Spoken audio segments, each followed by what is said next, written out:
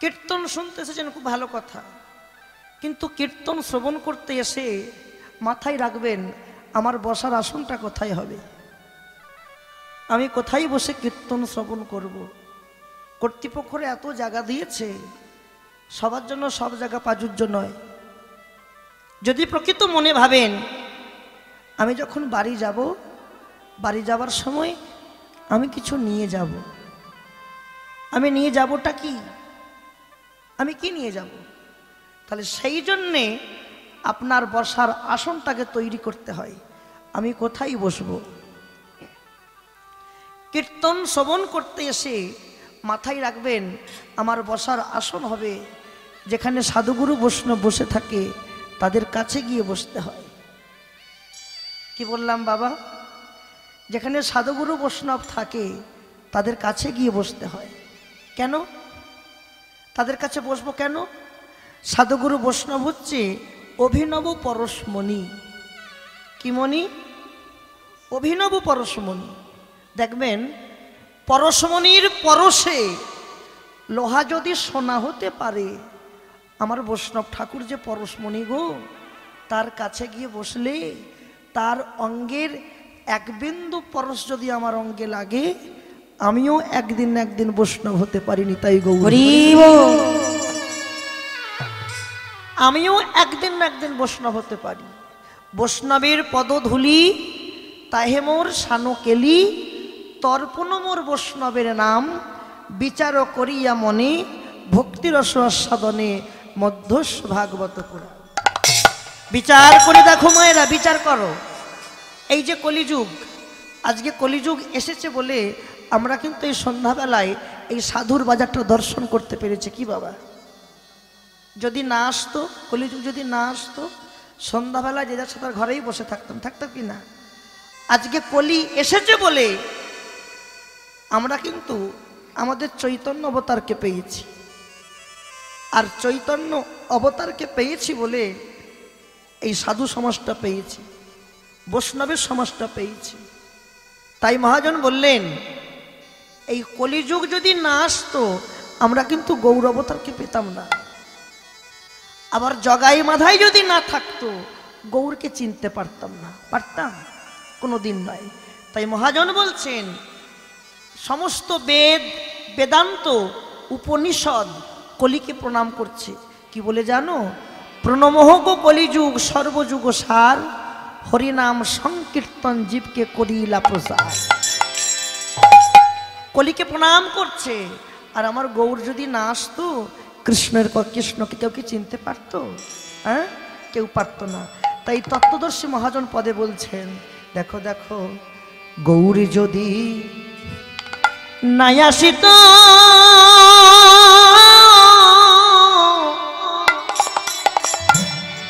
কৃষ্ণের কথা কে জানিত, আমার গৌর যদি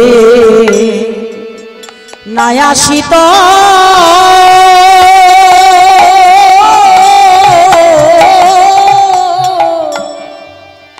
এই কৃষ্ণের কথা, বলো কে জানা তো, আমার গৌর যদি না আসিত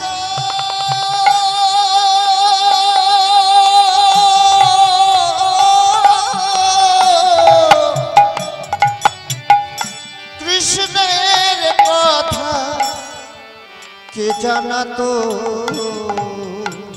গৌর সে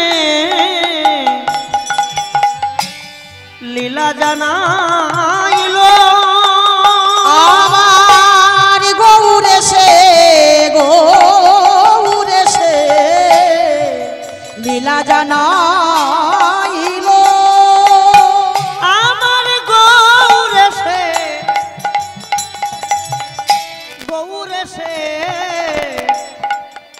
লীলা জানাইল, আমার গৌরে সে লীলা জানাইল,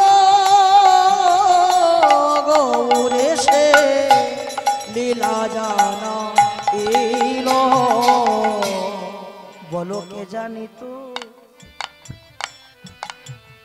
কে জানা তো, বলো বলো কে জানি তো, কে জানা তো। গৌর যদি নায়াসিত এই কৃষ্ণ লীলা কে জানিত। আমার গৌর যদি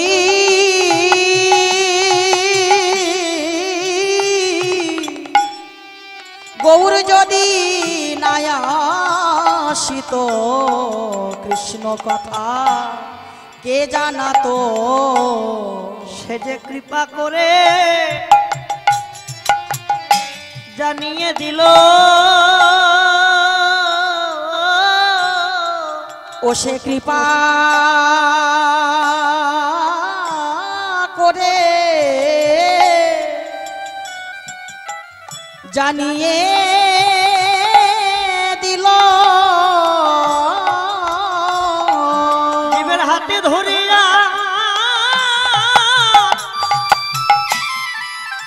পায়ে পরে সে যে কৃপা করি জানিয়ে দিল। জীবের হাতে ধরে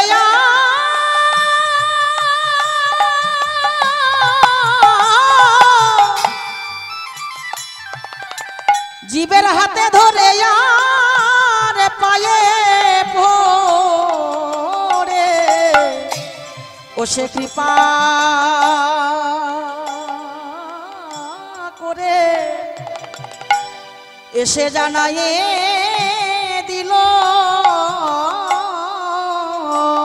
আমার হলোই বাকি হবেই বাকি, আমার হলোই বাকি আর হবে বাকি। আমার হলোই বাকি হবে বাকি, আমার হলোই বাকি আর হবে বাকি। আমি গুরু বৈষ্ণবে দিলাম ফাঁকি, আমার হলোই বাকি হবে বাকি।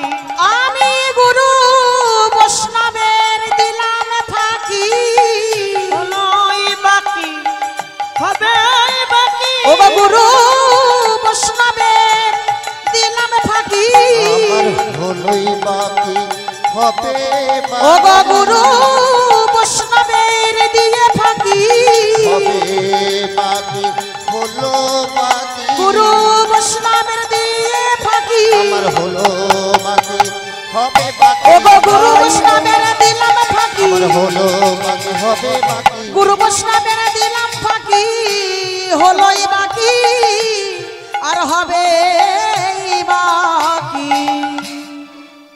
আমার হলোই বাকি হরিব হবেই বাকি। একটা বলছে বাকি আর একটা কি বলছে হবে বাকি। আমি গুরু বৈষ্ণবে দিলাম ফাঁকি, গুরু বৈষ্ণবকে ফাঁকি দিলে তার কি যে হয় সে নিজেই জানে না। হরিব ও মায়েরা, গৌর হরির মায়ের নাম কি জানো? কি নাম গো? চুমকি। হ্যাঁ, সচি মাতা। বাহ। আচ্ছা, সচি মানে কি? শিব ঠাকুর কি কয়? সচি, সচিকে ভাঙলে আসে সুচি। সুচি মানে পবিত্র। কথাগুলো বোঝো। সচি নাম কাদের হয়? জগতে সচি নাম তাদের হয় যাদের মধ্যে কোনোদিন অসুচি প্রবেশ করে না। কি বললাম? নিমায়ের মায়ের নাম সচি দেবী এমনি এমনি হয়নি। কেন? নিমায়ের মায়ের মধ্যে কোনোদিন অসুচি প্রবেশ করেনি। কিন্তু এখানে একটা ছোট্ট তত্ত্ব লুকিয়ে রয়েছে। অসুচি যদি নাই হবে, সচিমা গর্ভবতী হলো কি করে? নিমাই গর্ভে গেল কি করে? কি বাবা, সে গর্ভে গেল কি করে আর গর্ভবতী হলোই বা কি করে?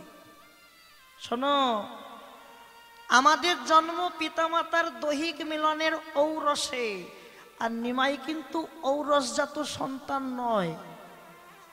সচিমায়ের গর্ভ কি করে হলো জানো? কথাগুলো বুঝে নেন। শ্রীগুরুর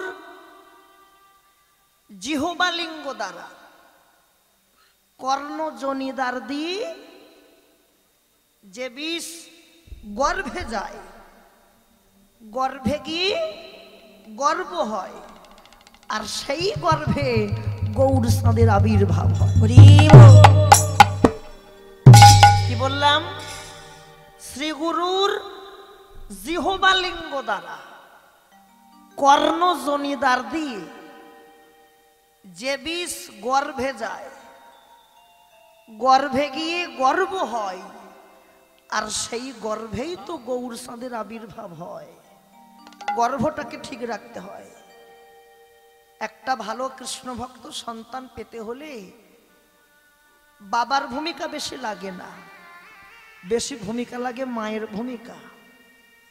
বাবার কর্তব্য কি আর মায়ের কর্তব্য কি? বাবার কর্তব্য বীজ রোপণ করা, মাটিতে বীজ রোপণ করা, আর মায়ের কর্তব্য বাবা যে বীজটা মাটিতে রোপণ করে গেল ওই বীজটাকে লালন পালন করে বড় করা। তাহলে মা হচ্ছে ক্ষেত্র মাটি, আর বাবা হলো বীজ। বাবা বীজ, মা মাটি। মাটি যদি ভালো হয় তো ফসলটা ভালো হবে, আর মাটি যদি নোনা হয়ে থাকে ফসল জীবনেও ভালো হবে।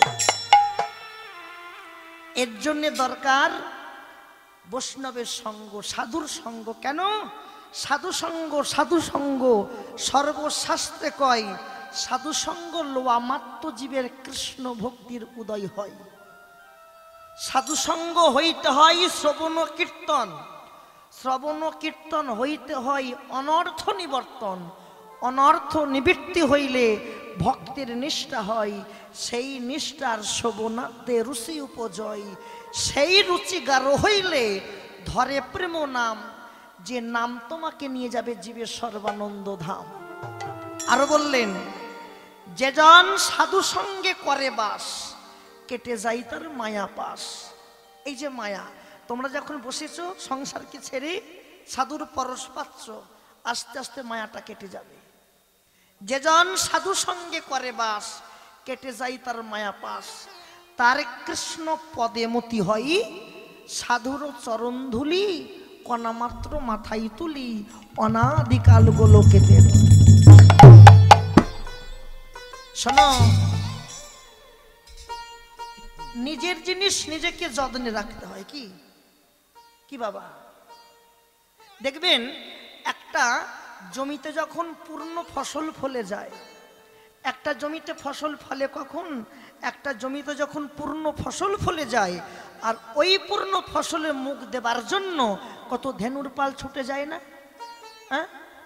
আর জমির মালিক যদি ওই জমিটা যদি ভালো করে বেড়া দিয়ে দেয়, আর কি ফসলে মুখ দেওয়া যাবে? ঠিক তদ্রূপ আমাদের দেহ জমিটাও তাই। আমাদের দেহ জমিতে ফসল ফলে। আমাদের দেহ জমিতে ফসল কবে ফলে জানো? দেহ জমিতে ফসল সেই দিন ফলে যেদিন সে তার নিজের যৌবন ফিরে পায়। কথাগুলো মিলিয়ে দেখবেন। দেহ জমির ফসল সেই দিন ফলবে যেদিন সে তার নিজের যৌবন ফিরে পায়, সেই দিন দেহ জমির ফসল পরিপূর্ণ ফলে। আর ওই পরিপূর্ণ ফসলে কত কামধেনুর আনাগোনা হয় ফসলে মুখ দেবার জন্য। আর আমি যদি মনে ভাবি আমার এই ফসল আমি কামধেনুতে মুখ না দেওয়াইয়ে আমি ভগবানের সেবাই দেব, আমি গুরু গোবিন্দের সেবাই দেখব, তাহলে দেখবে একদিন না একদিন তোমার দেহ ছেড়ে কাম চলে যাবে। আর তুমি যদি গুরুর সঙ্গ করে গুরুর পরশ পেয়ে গুরুদেবের মন্ত্রের দ্বারা ওই দেহ জমিটা এমনভাবে বেড়া দিয়ে দেবে, তোমার কাছে কামধেনু যাবে কিন্তু মুখ দিতে পারবে না নিতাই গৌর হরি হরি বল। দিতে পারবে না। এর জন্য বলছে গুরুদেবের সঙ্গ করতে হয়, গুরুদেবের কৃপা অর্জন করতে হয়। গুরুদেব যদি কাউকে কৃপা করে তার অবশ্যই কৃপা হবে। তাই আজকে শ্রীধাম নবদ্বীপে কি হয়েছে দেখো, শ্রীধাম নবদ্বীপে প্রাণ পানির ঠাকুর গৌর সুন্দর ওই সুরধ্বনিকে দর্শন করে কি কি কি মনে করেছে মা? এটা কি আজকে কি গো? হ্যাঁ বলে যাচ্ছ কেন মা? যমুনা। আমি যমুনা দেখলাম। তাহলে নবদ্বীপে যমুনা দেখলো, কিন্তু রাস কোথায় হয়েছিল? বৃন্দাবনে। কিন্তু নবদ্বীপে যে রাস হয়েছিল বৃন্দাবনে, সেই বৃন্দাবনের রাসস্থলী তো নবদ্বীপে নাই। নবদ্বীপে গুপ্ত বৃন্দাবন আছে। তাহলে আজকে মহাপ্রভু বৃন্দাবন দেখছে কোনটা? নবদ্বীপে যমুনা পাওয়া গেল, কিন্তু বৃন্দাবন কোনটা? বৈষ্ণব কবি পদে বলল দেখো দেখো যমুনা কোনটা জানো? আরে ফুলবন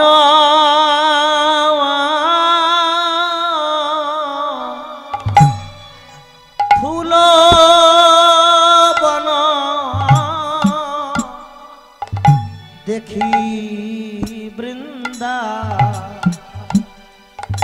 আমার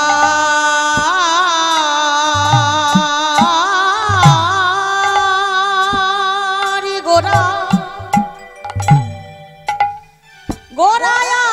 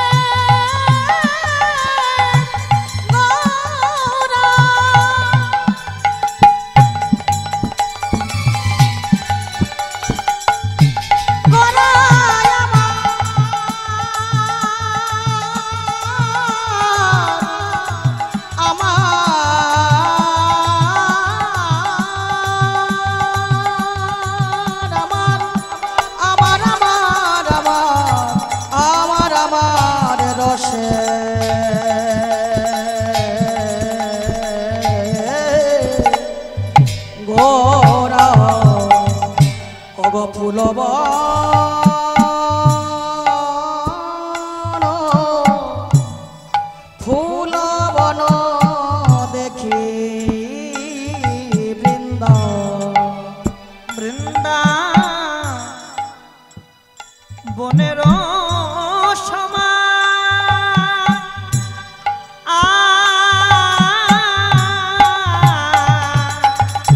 অগ ফুলবন দেখি বৃন্দা বৃন্দাবনের সমান গো যমুনার সুরধ্বনি ফুলবন দেখি বৃন্দাবনের সমান। ও সহচর গণগোপী করে অনুমান। হরি রে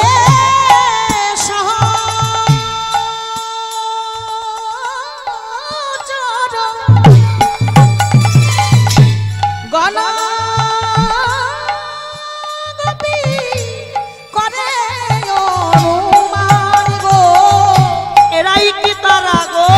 এরাই তো তারা রে, এরাই তো তারা রে। এরাই তো তারা রে, ব্রজে যারা নদে তারা, এরাই তো তারা রে। হরি ব্রজে যারা নদে তারা, এরাই তো তারা রে, ব্রজে যারা নদে তারা, এরাই তো তারা রে। ওগো ব্রজে যারা নদে তারা বৃন্দাবনের সহচরী, ওগো বৃন্দাবনের সহচরী, ওগো বৃন্দাবনের সহচরী, বলে এরাই তো তারা রে, এরাই তো তারা। ভালো করে লক্ষ্য করো।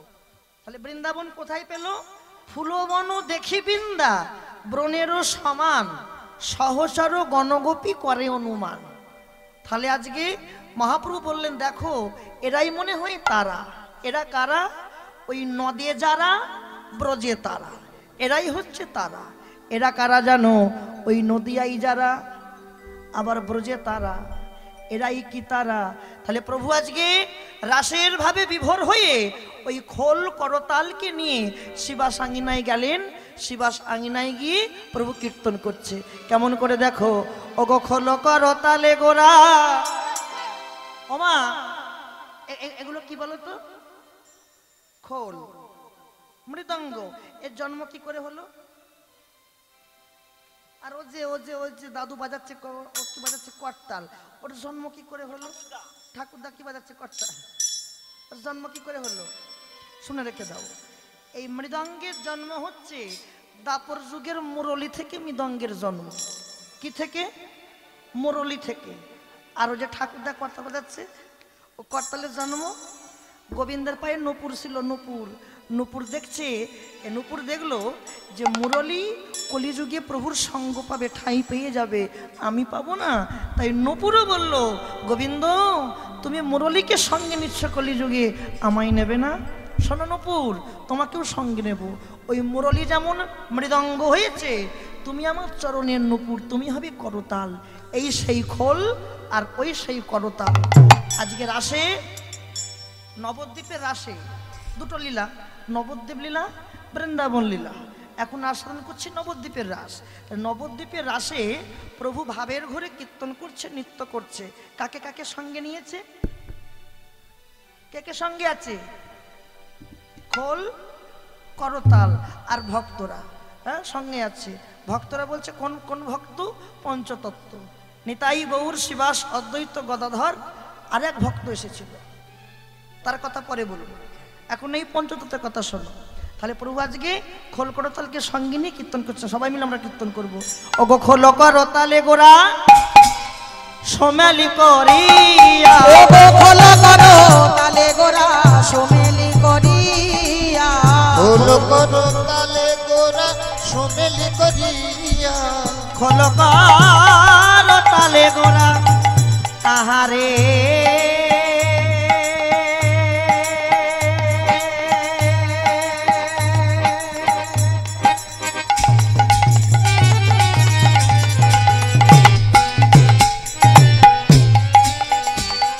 একই লীলা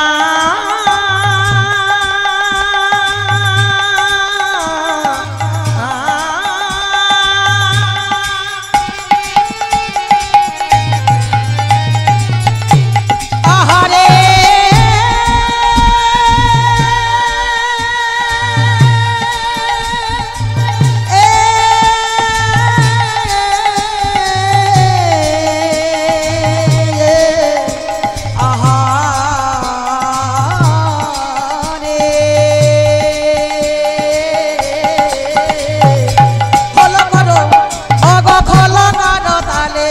সোমেলি করিয়া, তাহার মাঝে নাচে গোরা জয় জয় দিয়া, ওগো তাহার মাঝে নাচে গোরা জয় জয় দিয়া, তাহার মাঝে নাচে গোরা জয় জয় দিয়া, ওগো তাহার মাঝে নাচে গোরা জয় জয় দিয়া, গৌরাঙ্গ নাচিছে, আমার গৌরাঙ্গ নাচিছে, গৌরাঙ্গ নাচিছে, আমার গৌরাঙ্গ নাচিছে, খোল করতাল লয়ে গৌরাঙ্গ নাচিছে, ওগো খোল করতাল সঙ্গে লয়ে গৌরাঙ্গ নাচিছে, হরি হরি হরি বলে গৌরাঙ্গ নাচিছে, হরি হরি হরি বলে গৌরাঙ্গ নাচিছে, ওগো গৌরাঙ্গ নাচিছে, হরি হরি হরি ওগো হে বেদনা বাহু তুলে, হরি হরি হরি ওগো হে বেদনা বাহু তুলে, হরি হরি হরি ওগো হে বেদনা বাহু তুলে গৌরাঙ্গ নাচিছে। তাহলে কে নৃত্য করলো প্রথমে? হ্যাঁ কথা বলেন, কে নৃত্য করলো? গৌর সুন্দর। এবার রাসের ভাবে বিভোর হয়ে এবার কে নৃত্য করতে আসছে দেখেন। এবারে আসছে গৌরাঙ্গ মহাপ্রভুর দাদা, নাম কি? নিত্যানন্দ। হ্যাঁ আবার এই নিত্যানন্দ দাপরে কে ছিল জানো? হ্যাঁ বলরাম। বাহ, বলরাম মানে কি? ভালো করে শুনে, এও তত্ত্ব। বলরাম মানে বলরাম। বলরাম কে? ওই গোবিন্দের দাদা বলরাম। ও একাই বলরাম, আমরা বলরাম হতে পারবো না? বলরাম আমিও হতে পারি, আপনারা হতে পারেন, মায়ের হতে পারে বলরাম, বলরাম হতে পারেন। কিন্তু হতে পারি নাই। বলরাম হবে কে? বলরাম যে দেহের বলটাকে ধরে রাখতে পারে সেই হয় বলরাম। আমরা কি বল ধরে রাখতে পেরেছি?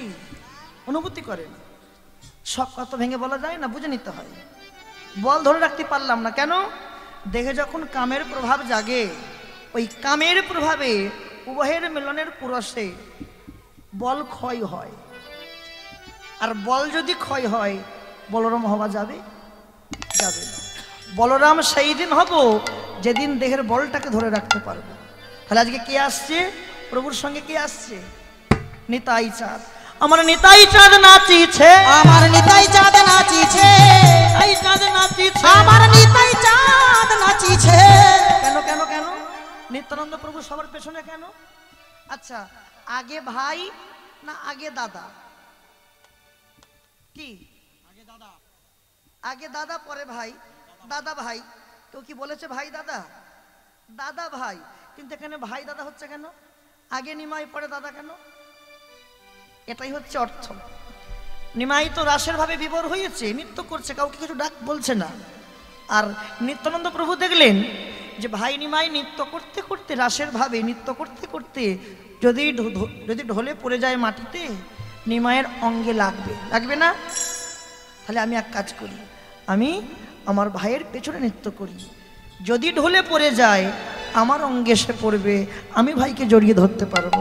তাই নিতাই চাঁদ নাচিছে, আমার নিতাই চাঁদ নাচিছে, নিতাই চাঁদ নাচিছে, নিতাই চাঁদের নাচ, ও গো গৌরাঙ্গের পাছু পাছু নিতাই চাঁদ নাচিছে, গৌরাঙ্গের পাশে পাশে নিতাই চাঁদের নাচ, ও গো গৌর ঢলে পড়বে বলে নিতাই চাঁদ নাচিছে, গৌর ঢলে পড়বে ও বলে, গো হরি হরি হরি বলে গৌর ঢলে পড়বে বলে, হরি হরি হরি ও গো গৌর ঢলে পড়বে বলে, হরি হরি হরি ও গো গৌর ঢলে পড়বে বলে নিতাই চাঁদ নাচিছে।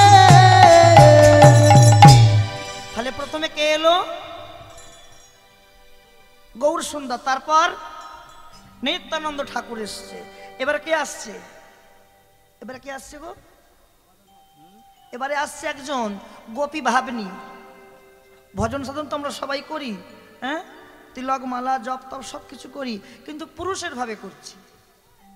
ভজন সাধন করতে গেলে গোপী ভাব চাই। গোপী ভাব ছাড়া ভজন সাধন হয় না।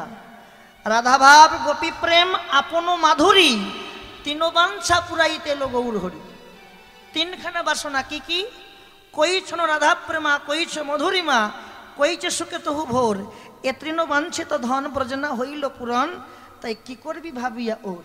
ভাবিয়া দেখেনু মনে তোহার স্বরূপ বিনে, এ বাসনা পূর্ণ কভু নয়, তুয়া ভাব কান্তি ধরি, তুয়া প্রেম গুরু করি, আমি নদীয়াতে হইব উদয়। তাহলে এবারে আসছে একজন গোপী ভাব নিয়ে। কে জানো? কে? মাধায়ের গোপী ভাব। রাধা আসবে, রাধা তো বৃন্দাবন লীলা, গৌর লীলা কে আসবে? গোপী ভাব কার? এরা তো না, অদ্বৈত না, আসবে গদাধর। হ্যাঁ, তাহলে আসবেটাকে গদাধর। আমার গদাধর নাচিছে, আমার গদাধর নাচিছে, আমার গদাধর নাচিছে, পুরা বেশি রাধা ভাবে গদাধর নাচিছে, ও গো পুরা বেশি রাধা ভাবে গদাধর নাচিছে। গদাধর এর ভাব ছিল নত ভাব। নত ভাবটা কি? গোপী গোপী ভাব। বদন দেখাচ্ছে না, আধো আধো বদন চেপে নৃত্য করছে। কেন? প্রভু চিনতে না পারে। আমার গদাধর নাচিছে, আমার গদাধর নাচিছে, আমার গদাধর নাচিছে, ও গো পুরা বেশি রাধা ভাবে গদাধর নাচিছে, ও গো গৌরাঙ্গের বাম ধারে গদাধর নাচিছে, গৌরাঙ্গের বাম ধারে গদাধর নাচ, ও গো পুরা বেশি গদাধর গদাধর গদাধর গদাধর বলে গদাই রাধা, রাধাই গদা, গদাই রাধা, রাধাই গদা, গদাই রাধা রাধাই গদা, দুই তনু হয়েছে সদা, গদাই রাধা, রাধাই ও গদা, গো তুই তনু হয়েছে সাদা, গদাই রাধা, রাধাই গদা, দুই তনু হয়েছে সদা, গদাই রাধা, রাধাই ও গদা, গো তুই তনু হয়েছে সাদা, গদাই রাধা, রাধাই গদা, তুই তনু হয়েছে সাদা, গদাই রাধা রাধাই গদা, তুই তনু হয়েছে সাদা,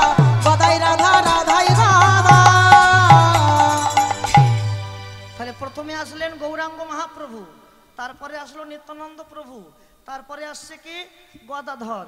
এবারে কি আসবে জানো? এবারে আসবে এই এতখানি ভুঁড়ি,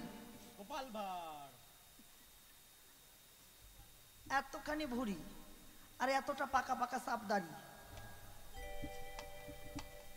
শান্তিপুরের সীতানাথ, হ্যাঁ, নারাগুসাই সে বুড়ামালি, এই বড় ভুঁড়ি। আরে অত বয়স হয়েছে মহাপুরুতে, কম বয়স নয়, এতখানি ভুঁড়ি, বয়স হয়েছে আপনাদের মতন, আর এতটা চাপ পাকা দাড়ি। সে বলছে আমিও নৃত্য করবো রাসে। প্রভু একা নাচবে নাকি? আমরাও নৃত্য করব। অদ্বৈত নাচিছে, অদ্বৈত নাচিছে, অদ্বৈত নাচিছে, আমার অদ্বৈত নাচিছে, ওগো হু হু হুঙ্কার করে অদ্বৈত নাচিছে, তারপরে অদ্বৈত নাচিছে। অদ্বৈত অদ্বৈত কলিতে অদ্বৈত। দাপরে কে হয়েছে? দাপরে কে ছিল? দেবাদিদেব মহাদেব বৈষ্ণব চূড়ামণি। হ্যাঁ, তাহলে দাপরের ভোলানাথ, কলিতে অদ্বৈত, কিন্তু পূর্ণ স্বভাবটা যায়নি। দেখবেন যে চোর হয় মরবার দিন পর্যন্ত ছুকছুক ছুকছুক করে, করে কি না? যতই তাকে পুলিশ পেটাক যাই করুক, সে তবু কিন্তু ছুকছুক তার ঝাঁকবে মরবার দিন পর্যন্ত। সে কারণ না কিছু কথা ঘরে চুরি করে বসে থাকবে, থাকবে কি না? তাহলে এই সেই অদ্বৈত। এ দাপুরে ছিল ভোলানাথ। ভোলানাথ হলে হবে কি, এর কলিতে সে স্বভাবটা যাচ্ছে না। কি স্বভাব? নৃত্য করছে, রাসের ভাবে নৃত্য করছে, কিন্তু কি বলে?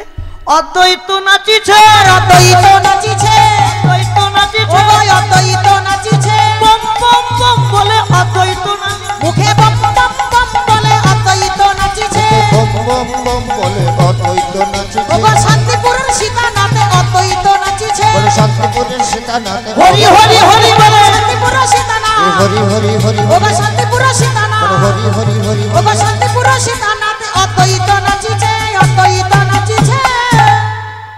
একে একে সবাই আসছে রাসের ভাবে বিভোর হয়ে। এবার একজন পরম ভক্ত আসছে, তার কাজ কি জানো? তার কাজ মাথা নত করে থাকা।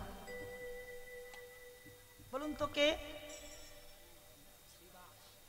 শ্রীবাস। শ্রী শব্দের সুন্দর, বাস শব্দে বাসস্থান। তাহলে আগে নিজের দেহটাকে সুন্দর বাসস্থান করো, শ্রীবাস করো, দেখবে ঘরে বসে ভজন সাধন করা যায়। আগে নিজের হৃদয়টাকে তৈরি করো, পরিষ্কার করো। কি বাবা, আমার হৃদয়ে যদি নোংরায় ভর্তি, ময়লায় ভর্তি, শ্রীবাস হলে হবে? আগে নিজের দেহটাকে শ্রীবাস করো। নিজের দেহটাকে শ্রীবাস করতে গেলে কি লাগবে? যে কোনো সাধুর বাজারে যাবেন, বৈষ্ণবের বাজারে যাবেন, সাধুর বাজারে গিয়ে, বৈষ্ণবের বাজারে গিয়ে যে যেখানে বসে কীর্তন শ্রবণ করছেন, হরিকথা শ্রবণ করছেন, বাড়ি যাবার সময় যদি পারেন একবার সেই জায়গায় গড়াগড়ি দিয়ে বাড়ি যাবেন। কেন? সাধুগুরু বৈষ্ণবের চরণ ধুলি পড়ে আছে। তাহলে সাধুগুরু বৈষ্ণবের চরণ ধুলি অঙ্গে মাগলে ঠিক একদিন একদিন কৃপা হবে। আর ওই কৃপার গুণে, ওই বৈষ্ণবের পরশে আমার দেহটা একদিন শিবাস তৈরি হবে। নিতাই গৌর হরি। তাহলে এই শিবাস এ সদা সর্বদা প্রত্যেকটা মুহূর্ত কিছু করুক বা না করুক মাথাটা নত করে থাকে প্রভুর কাছে। দেখবেন চিত্রপটে দেখবেন শিবাশয় নাচিছে, শ্রীবাল পণ্ডিত নাচিছে, আমার শ্রীবাল পণ্ডিত নাচিছে, করজড় করে আজি শিবাস পণ্ডিত নাচিছে, ওগো করজড় করে আজি শ্রীবাল পণ্ডিত নাচিছে, করজড় করে আজি শিবাস পণ্ডিত নাচিছে, ওগো করজড় করে আজি শ্রীবাল পণ্ডিত নাচিছে। শুধু করজড় করে নয়, মাথা নত করে আজি শিবাস পণ্ডিত